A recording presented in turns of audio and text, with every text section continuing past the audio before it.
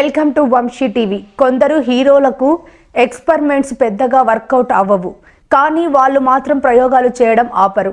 అందులో వరుణ్ తేజ్ అందరికంటే ముందుంటాడు. కెరీర్ మొదటి నుంచి కూడా వరుణ్ తేజ్ చూపులన్నీ ప్రయోగాలపైనే ఉంటాయి.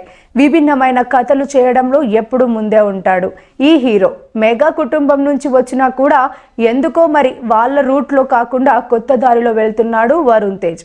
దానివల్లే ఇంకా మాస్ ఇమేజ్కు దూరంగా ఉన్నాడు ఈ హీరో. కమర్షియల్ సినిమాలు చేసినప్పుడు వరుణ్ తేజ్కు వరుణ్ తేజ్కు మంచి హిట్స్ వచ్చాయి. పైగా కలెక్షన్స్ కూడా బాగానే వచ్చాయి. అలా కాకుండా ఆయన ప్రయోగాల బాట పట్టిన ప్రతిసారి ఫలితం దారుణంగానే ఉంది. ఇప్పుడు ఆపరేషన్ వాలంటైన్ కూడా అదే పరిస్థితి. శక్తి ప్రతాప్ సింగ్ తెరకెక్కించిన ఈ సినిమాకు మంచి టాక్ వచ్చింది, కానీ కలెక్షన్స్ మాత్రం ఊహించినంతగా లేవు. తొలి రోజైతే మరీ దారుణంగా 2 కోట్ల ఓపెనింగ్ మాత్రమే వచ్చింది. మరోవైపు వరుణ్ తేజ్ ప్రయోగాలు కాకుండా కమర్షియల్ సినిమాలు చేసినప్పుడు ఓపెనింగ్స్ అదిరిపోయాయి. 6 ఏళ్ల కింద తొలి ప్రేమ సినిమాకు మొదటి రోజు 10 కోట్ల గ్రాస్ వచ్చింది. దాని తర్వాత గద్దలకొండ గణేష్ సినిమాకి ఫస్ట్ డే 11 కోట్ల గ్రాస్ వచ్చింది. మిస్టర్ సినిమాకు కూడా 5 కోట్లకు పైగా గ్రాస్ వచ్చింది. కానీ అంతరిక్షం, కంచె, గాంధీవదారి అర్జున, గని లాంటి సినిమాలు మాత్రం దారుణమైన ఓపెనింగ్స్ తీసుకొచ్చాయి.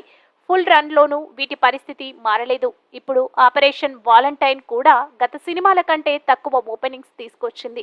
3 రోజుల తర్వాత కనీసం 10 కోట్ల షేర్ అయినా వసూలు చేస్తుందా అనే అనుమానాలు ఉన్నాయి ఇప్పుడు.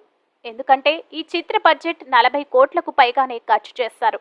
కానీ ఓపెనింగ్స్ చూస్తుంటే అందులో 4వ వంతు కూడా వచ్చేలా కనిపించడం లేదు.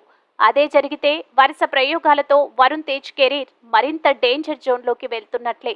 ఇప్పటికిప్పుడు ఈయన ఎక్స్పెరిమెంట్ మానేసి హాయిగా కమర్షియల్ సినిమాలు చేస్తే గానీ కెరీర్ సెట్ అవ్వదు. ఎందుకంటే F2, ఫిదా, F3, తొలి ప్రేమ లాంటి విజయాలన్నీ ఆయన షేఫ్ జోన్లో చేసినప్పుడు వచ్చినవే. అందుకే హాయిగా ప్రయోగాలకు ఫుల్ స్టాప్ పెట్టి అవే చేయాలని అభిమానులు కూడా చెబుతున్నారు. మరి వాళ్ళ మాటను వరుణ్ తేజ్ ఎంతవరకు పట్టించుకుంటాడో చూడాలి.